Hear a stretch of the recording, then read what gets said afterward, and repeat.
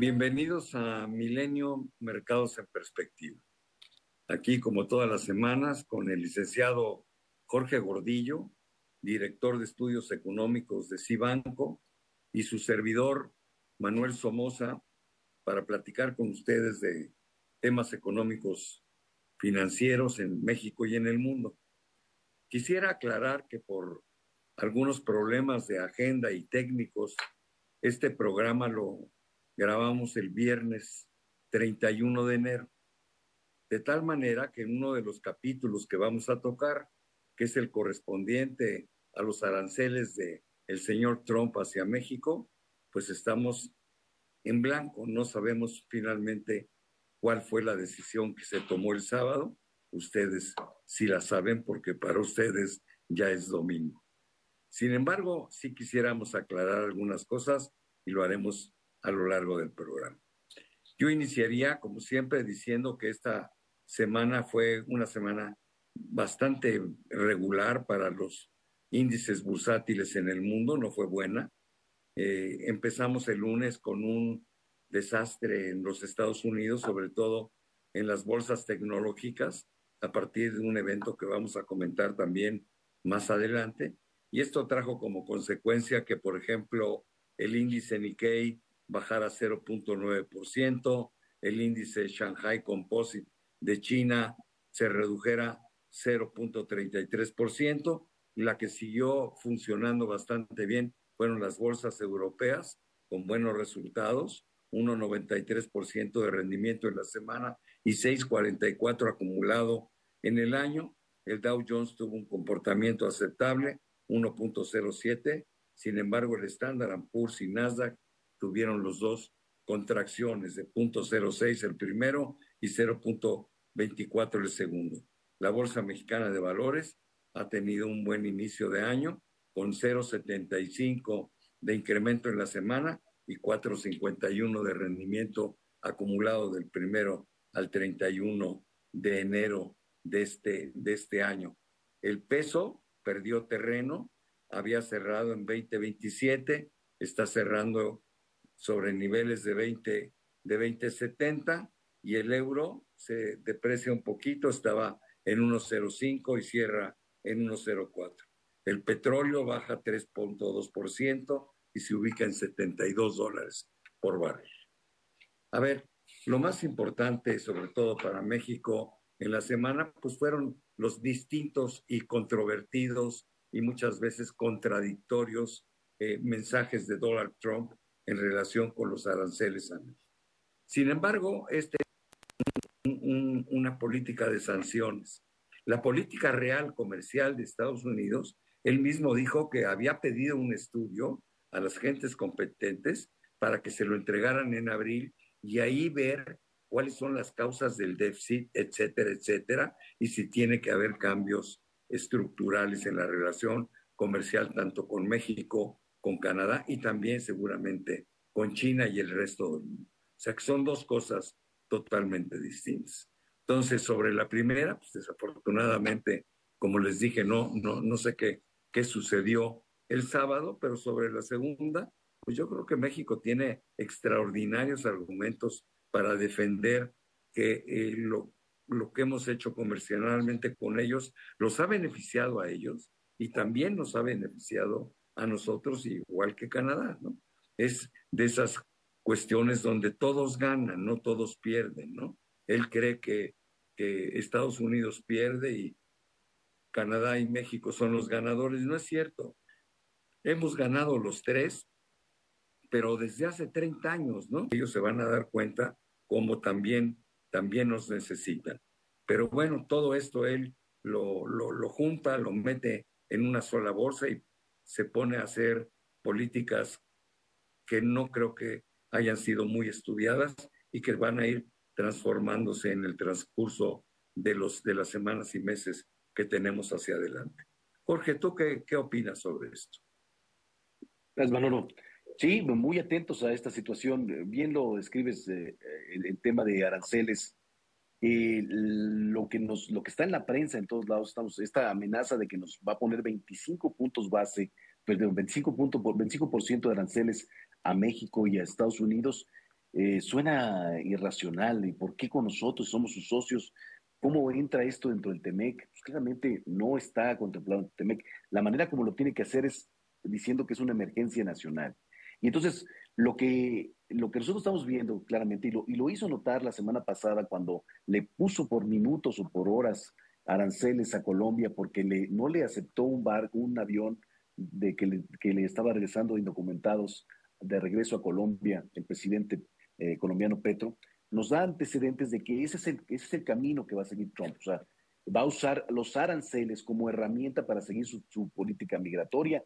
Ahorita ya firmó de que va a regresar indocumentados que tengan alguna queja, alguna sanción, alguna delito, aunque no sea procesado todavía. Este es un tema de emergencia nacional, no tiene nada que ver con su política comercial que quiere afrontar. Hacia adelante, entonces vamos a pasar primero este riesgo y esto va a tener una implicación en el tipo de cambio, va a subir y bajar conforme vamos viendo esta amenaza cumplirse.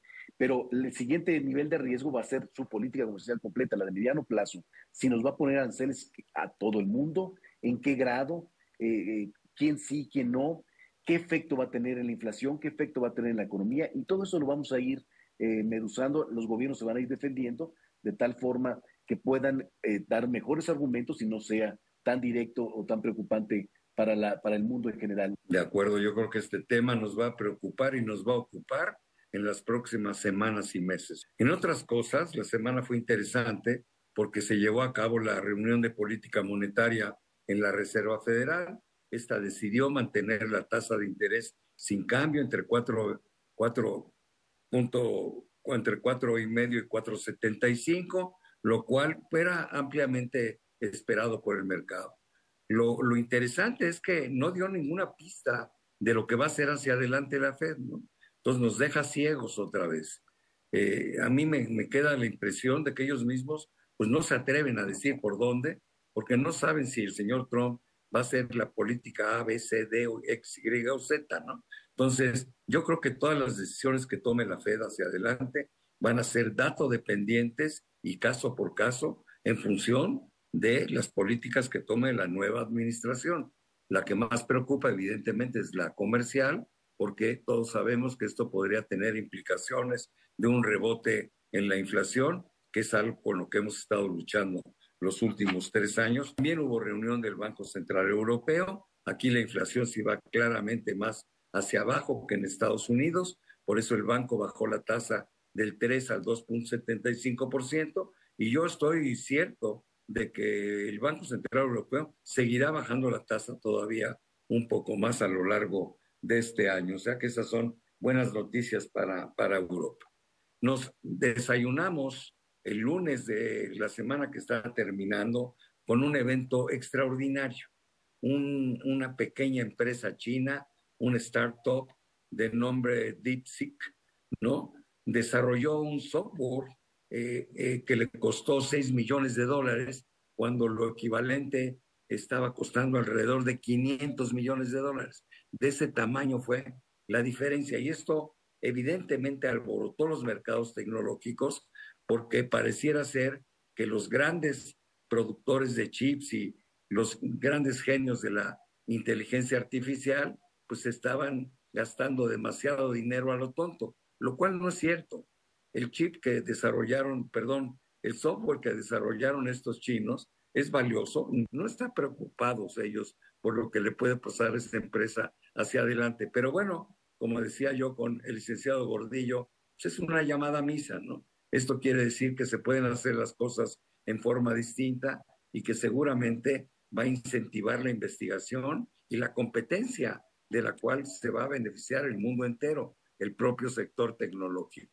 Pero las grandes empresas tecnológicas van a sobrevivir perfectamente. A mí me parece que la reacción de los mercados fue demasiado exagerada, como siempre sucede, y en el transcurso de las próximas semanas veremos cómo se vuelven a alinear todos estos precios que de repente se perdieron, ¿no? Yo creo que estamos viendo el principio de una transformación que es para bien del sector tecnológico, porque ya se puso sobre la mesa que las cosas se pueden hacer en forma distinta y a lo mejor sin tener que tener un gasto tan monumental como el que se venía programando. No sé qué opinión tengas tú sobre esto, mi querido Jorge. No, yo pienso igual y creo que lo desarrollaste todo completamente. Yo nomás añadiría lo que se vuelve evidente es que es una guerra de dos. O sea, la guerra tecnológica está entre China y Estados Unidos y por ahí va a ir y por ahí va a seguir.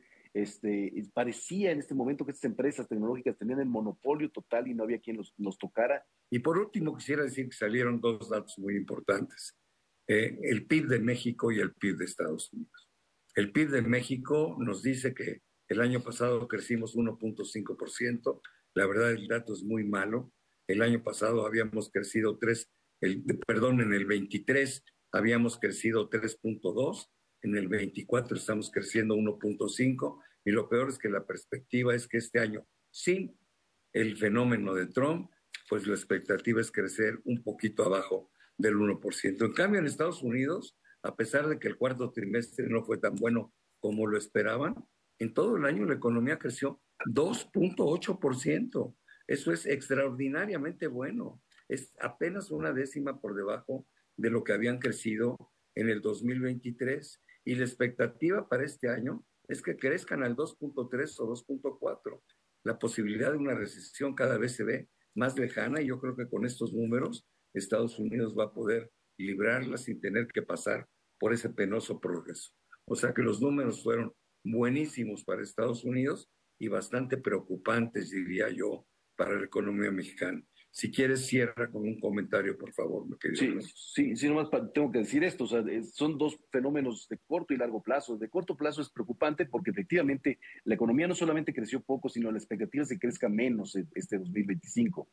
Y en el mediano plazo todavía más preocupante, porque, o sea, no le ganamos, de 10 años, solamente le hemos ganado en 2 ocasiones a Estados Unidos en crecimiento. O sea, deberíamos siempre estar creciendo más que ellos y no está pasando. Esto significa que la política económica está quedándose corta y el desarrollo está quedándose corto y Estados Unidos se está alejando más en lugar de acercarnos más a él, ¿no? Así es. Bueno, pues muchas gracias, Jorge, pero sobre todo gracias a todos ustedes por estar aquí con nosotros semana a semana en Milenio, Mercados en Perspectiva. Nos vemos pronto. Que estén muy bien. Hasta la próxima semana.